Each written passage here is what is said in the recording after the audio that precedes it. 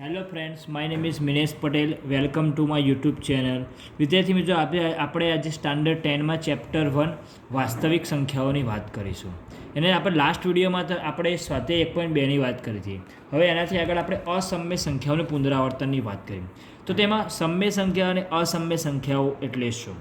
તો જે એના માટે તમે વાસ્તવિક સંખ્યાઓનો સમૂહ વિશે આપણે ભણી ગયા કે વાસ્તવિક સંખ્યાઓનો સમૂહમાં શું આવે તો કે ગણ આર એ સરવાળા, બાદબાકી, ગુણાકાર, શૂન્યતર, ભાગાકાર વિશે સમૃદ્ધ છે. એટલે કે વાસ્તવિક સંખ્યાઓની અંદર સરવાળા, બાદબાકી, ગુણાકાર, ભાગાકાર બધા જ નિયમોનું પાલન થાય છે. એટલે કે જે સમય સંખ્યાઓ નથી તેવી અસમ્ય સંખ્યાઓનો સમાવેશ થાય.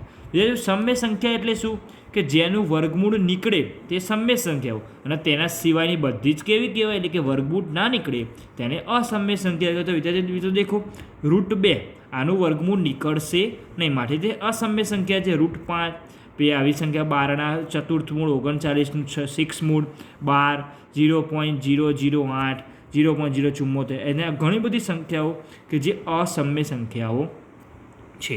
તો હવે અસમ્ય સંખ્યાની વ્યાખ્યા વિદ્યાર્થી આના પરથી તમે નક્કી કરી શકો કે અસમ્ય સંખ્યા એટલે શું? તો જે સંખ્યાને પૂર્ણાંક p તથા શૂન્યતર પૂર્ણાંક q માટે p/q સ્વરૂપમાં લખી ન શકાય તે સંખ્યા sને આપણે કઈ સંખ્યા કહીશું વિદ્યાર્થી મિત્રો?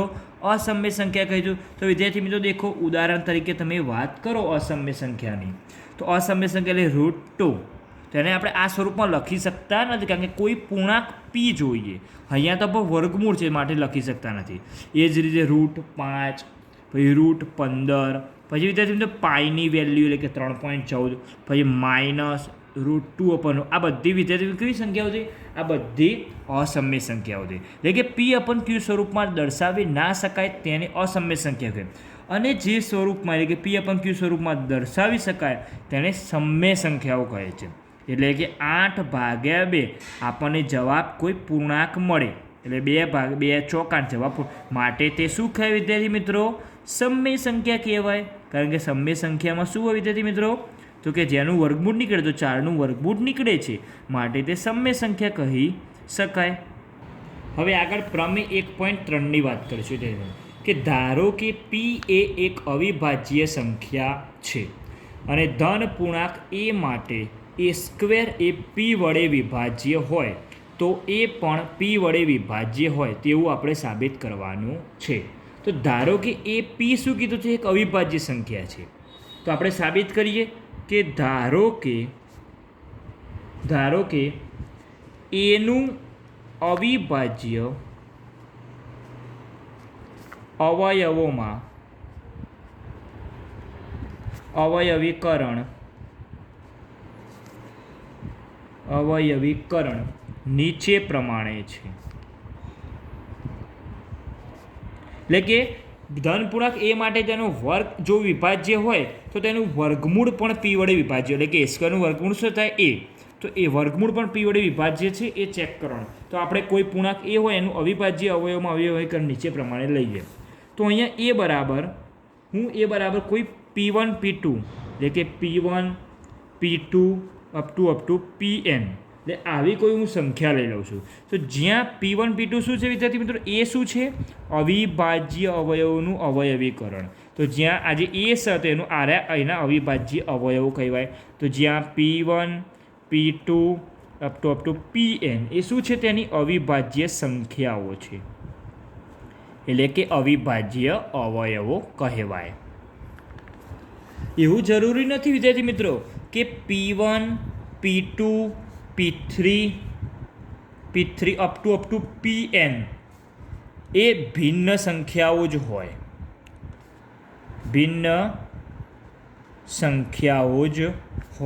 એવું અહીંયા જરૂરી નથી કે આ જુદી જ સંખ્યાઓ હોય. તો આપણે એનો વર્ગ કરીએ પછી ચેક કરીએ. ચલો વર્ગ કરે તો આનો આપણે વર્ગ કરવાનો. તો a² બરાબર શું થશે? વર્ગ એટલે 2 વાર. તો પહેલી વાર લખો p1 p2 up to pn, બીજા કૌંસમાં પણ એને જ આવશે p1 p2 up to pn. તો જવાબ શું આવે વિદ્યાર્થી મિત્રો? p1² આવશે. p1 ગુણ્યા p1 એટલે p1². એ જ રીતે p2², કારણ કે આનો જ પોતે વર્ગ તો p1² p2² up to pn² આવે વિદ્યાર્થી મિત્રો. ખબર પડી જાય. આના 2 વાર છે તો આનો વર્ગ જે 1નો 1 2 વાર વર્ગ કરવાનો એટલે કે પી તો એનો વર્ગ. તો હવે આપેલ જ છે કે આપણને ખબર જ છે કે એ સ્ક્વેર એ પી વડે વિભાજ્ય છે એવું આપણને પ્રમેયમાં કહી દીધું છે. તો ખબર પડી જાય કે એ સ્ક્વેર એ પી વડે વિભાજ્ય છે, એ આપણે સાબિત થઈ ગયું. તો હવે આપણને આપેલ છે કે એ સ્ક્વેર એ પી વડે વિભાજ્ય છે. ચલો એ સ્ક્વેર. હવે અંકગણિતના વિદ્યાર્થીઓનો મૂળભૂત પ્રમેય પરથી કહી શકાય કે પી સ્ક્વેર એ એનો એક અવિભાજ્ય અવયવ હોય. તો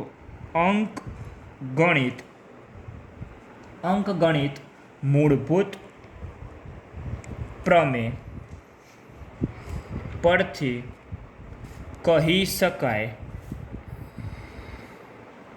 કે પી એ સ્ક્વેરનો એક અવિભાજ્ય અવયવ હોય. અંકગણિતનું જે મૂળભૂત પ્રમેય શું હતું વિદ્યાર્થી મિત્રો? તો કે અંકગણિતનું મૂળભૂત પ્રમેયની વાત કરીએ તો અંકગણિતનું મૂળભૂત પ્રમેય કે પ્રમેય 1.2ની વાત કરીએ તો એમાં શું હતું કે દરેક વિભાજ્ય સંખ્યાને તેના અવયવોના ક્રમને આપણે અવગણીએ તો તે અવિભાજ્ય અવયવનું રૂપ કહેવાય. તો આપણે એનું ઉદાહરણ ચેક કરીએ વિદ્યાર્થી મિત્રો. તો દેખો કોઈ એક આપણે 16 હોય, 16. તો આ દરેક વિભાજ્ય સંખ્યા થઈ વિદ્યાર્થી મિત્રો. તો આપણે 16ના અવયવ પાડીએ તો 2 ગુણ્યા 2 ગુણ્યા 2 ગુણ્યા 2 આ થાય. તો વિદ્યાર્થી મિત્રો દેખો છો દરેક વિભાજ્ય સંખ્યાને એટલે કે વિભાજ્ય સંખ્યાને તેના અવિભાજ્ય અવયવના ક્રમને અવગણીએ તો આપણને જે અવિભાજ્ય અવયવો મળે એ ગુણાકાર તરીકે આપણને 1 અને 1 રીતે જ મળે છે, એટલે કે અનન્ય રીતે મળે છે. તો માટે કહી શકાય કે અંકગણિત મૂળભૂત પ્રમેય પરથી કહી શકાય કે પી એ સ્ક્વેરનો એક અવિભાજ્ય અવયવ હોય. તો આથી આપણે કહી શકીએ કે એ સ્ક્વેરના અવિભાજ્ય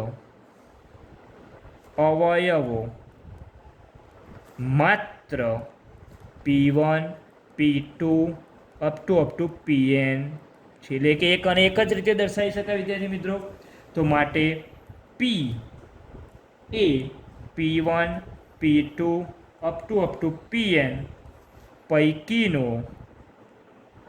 એક હોય, એટલે કે એક જ અવયવ હોય, અનન્ય અવયવ હોય. માટે એ બરાબર P1 P2 up to n હોવાથી P એ એનો અવયવ પણ છે. તો તેથી કહી શકાય કે એ પણ P વડે વિભાજ્ય છે. તો વિદ્યાર્થી મિત્રો આ પ્રમેય 1.3ની વાત થઈ. હવે એના પરથી આપણે પ્રમેય 1.4ની ચેક કરીએ. તો 1.4 પ્રમેય 1.4 તો એની અંદર શું છે વિદ્યાર્થી મિત્રો? √2 એ અસમ્ય છે. √2 અસમ્ય છે તે સાબિત કરવાનું. તો વિદ્યાર્થી મિત્રો આપણે આ પ્રમેયની સાબિતી કરવાની તો આપણે પ્રમેય 1.3નો ઉપયોગ કરીને કરીશું. √2 એ અસમ્ય છે. તો દેખો આની કોઈ સાબિતી તમારે ચેક કરવી હોય વિદ્યાર્થી મિત્રો તો હંમેશા સૌથી પહેલાં જે સંખ્યા અસમ્ય કીધી છે તો તેનો વિરોધાભાસ શું થાય વિદ્યાર્થી મિત્રો? તો કે સમ્ય છે એવું આપણે ધારી લેવાનું. તો ધારો કે આનાથી ઉલટું ધારવાનું કે ધારો કે √2 સમ્ય છે, એટલે કે આપણે ધારીએ સમ્ય તો આપણે નીચે સાબિત કરવાનું છે અસમ્ય. ચલો √2 સમ્ય છે તો આપણે √2 વિદ્યાર્થી મિત્રો સમ્ય ધાર્યું તો આપણે √2 સમ્ય થાય તો √2 સમ્ય ધારી લીધું તો એનું સ્વરૂપ શું થાય? P/Q સ્વરૂપ છે. તો અહીંયા આપણે A/B લઈ લઈએ. A/B સ્વરૂપ આપણને મળે. અહીંયા A અને B શું છે વિદ્યાર્થી મિત્રો? પરસ્પર. અહીં A અને B પરસ્પર અવિભાજ્ય લઈ શકાય. તો તેથી શું કહી શકાય? B અહીંયા ગુણો તો B√2 બરાબર A આવું કહી શકાય વિદ્યાર્થી મિત્રો. આને સમીકરણ 1 આપી દો. હવે આપણે બંને બાજુ વર્ક કરીએ કારણ કે પ્રમેય શું કહે છે 1.3 કે બંને બાજુ વર્ક કરો.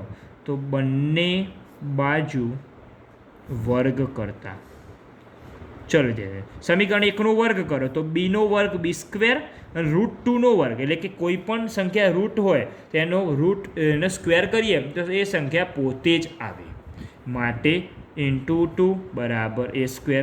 તો શું લખાય વિદ્યાર્થી મિત્રો? 2b સ્ક્વેર બરાબર એ સ્ક્વેર લખી શકાય. ચલો તો માટે કહી શકાય કે એ સ્ક્વેર એ બી વડે વિભાજ્ય છે. તો દેખો જ આના અવયવ પાડો તો બધા અવયવ કેવા થાય? અવિભાજ્ય અવયવ થાય. માટે એ સ્ક્વેર એ બી વડે વિભાજ્ય છે એટલે બી એટલે કે 2 વડે વિભાજ્ય છે. એ સ્ક્વેર એ 2 વડે વિભાજ્ય છે. હવે ત્યાંથી મિત્રો શું કરવાનું? સ્ક્વેર કર્યો તો એનું વર્ગમૂળ કાઢીને ચેક કરવાનું કે એ બી વડે એટલે કે એ 2 વડે વિભાજ્ય છે. તો હવે પ્રમેય 1.3 અનુસાર પ્રમેય 1.3 અનુસાર એ 2 વડે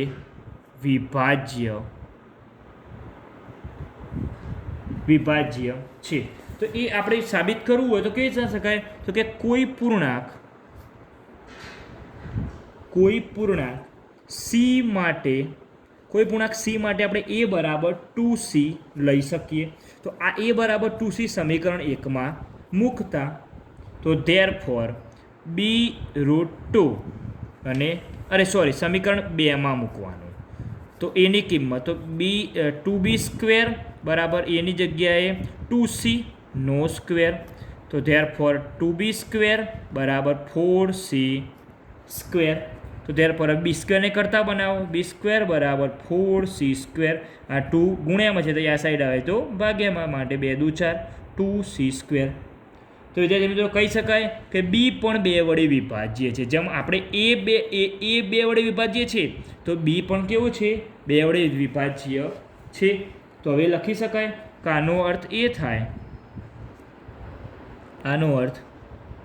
એ થશે કે બી સ્ક્વેર 2 વડે વિભાજ્ય છે.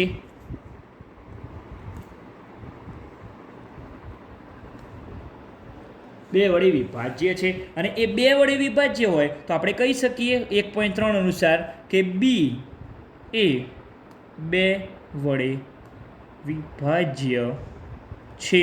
કારણ પ્રમેય 1.3. તો વિદ્યાર્થી મિત્રો આના પરથી તમને ખબર પડી જાય કે માટે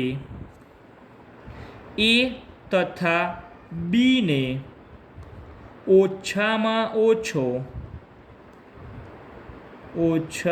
ઓછો એક સામાન્ય અવયવ કયો મળે વિદ્યાર્થી મિત્રો? સામાન્ય અવયવ 2 મળે. કારણ કે દેખો અહીંયા પણ 2 આવે વિભાજ્ય અને અહીંયા પણ 2 આવે તો સામાન્ય અવયવ આપણને 2 મળે. તો આપણે કહી શકાય કે આથી એ અને બીને એક સિવાય કોઈ જ સામાન્ય અવયવ નથી. કારણ કે આપણે તો સાબિત શું કરવાનું છે? અસમ્ય સાધી હોય તો તેથી તે ધારણાનો વિરોધાભાસ મળે. આ શું થયું? એ અને બીજી એક સામાન્ય અવયવ નથી એવું કીધું. આપણને એક સામાન્ય અવયવ મળે તો આ ધારણા ખોટી પડી. માટે તે ધારણાનો શું કરે છે વિદ્યાર્થી મિત્રો? વિરોધાભાસ કરે છે. તે ધારણાનો વિરોધાભાસ મળે.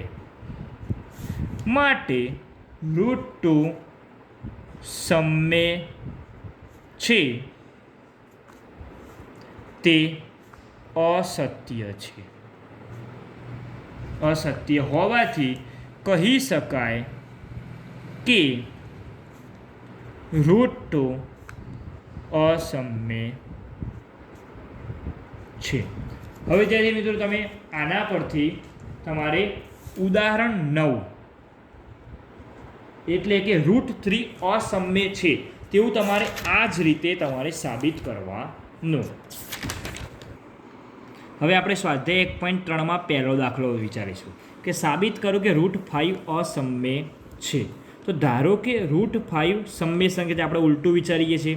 તો સેમ મેથડ આગળના ઉદાહરણની રીતે કે બે અવિભાજ્ય પૂર્ણાંકો એ અને બી એવા મળે કે જેથી √5 બરાબર a અપન બી થાય, એટલે કે સમય સંખ્યાનું સ્વરૂપ લઈને, કારણ કે આપણે સમય સંખ્યા ધારી છે માટે સમય સંખ્યાનું સ્વરૂપ શું છે a અપન બી. તો આ બીના સાઈડ આવો તો √5 બરાબર √5b ગુણ્યા બરાબર a, બંને બાજુ વર્ગ કરો એટલે કે 5b² બરાબર a², એટલે કે a² બરાબર 5². તો લખી શકાય કે a² એ 5 વડે વિભાજ્ય છે તેવું કહી શકાય. પરંતુ 5 તો અવિભાજ્ય અવયવ છે, તો પ્રમેય 1.3 અનુસાર આપણે કહી શકીએ કે 5 એ એનો પણ એક અવયવ છે. હવે આપણે શું કરવાનું વિચાર્યું ધારણાની રીતે કે a બરાબર 5c ધારી લો કે જ્યાં c કોઈ પૂર્ણાંક છે. તો વિદ્યાર્થી મિત્રો બંને બાજુ વર્ગ કરો. હવે આપણે આ a² ની કિંમત છે ને વિદ્યાર્થી મિત્રો એ આ રહી છે, દેખો 5b² છે, એટલે કે સમીકરણ 1માં મૂકી દો. તો સમીકરણ a² બરાબર 5b² છે. તો ચલો હું એની જગ્યાએ 5c મૂકું, તો 5c² બરાબર 5b² તો મૂકી. ચલો એમાંથી આપણે b² ને કરતા બનાવવાનું, તો 5c² આવે. તો કહી શકાય કે b² એ 5નો અવયવ છે, એટલે કે b² એ 5 વડે વિભાજ્ય છે. પરંતુ 5 એ અવિભાજ્ય હોવાથી પ્રમેય 1.3 અનુસાર 5 પણ બીનો અવયવ છે. તો માટે કહી શકાય કે a અને બીનો સામાન્ય અવયવ 5 છે. પણ આપણે પરસ્પર આ બંને કેવા છે? પરસ્પર અવિભાજ્ય છે, માટે તે ધારણાથી વિરુદ્ધ કહેવાય. માટે કહી શકાય કે √5 સમય છે તે ખોટું છે, એટલે કે વિરોધાભાસ આપણો ખોટો પડ્યો. માટે કહી શકાય કે √5 અસમય છે. તો વિદ્યાર્થી મિત્રો, સ્વાધ્યાય 1.3ની અંદર આપણે પહેલા દાખલાની વાત કરી. આ જ રીતે તમે બીજો દાખલો સેમ આ જ રીતે તમે ગણી શકશો. અને જેને હા જો ડિફિકલ્ટ જણાય તો મને કોમેન્ટ બોક્સમાં જણાવજો. અને thank you for watching my video. વિદ્યાર્થી મિત્રો જરૂર લાઇક, શેર અને સબસ્ક્રાઈબ કરજો.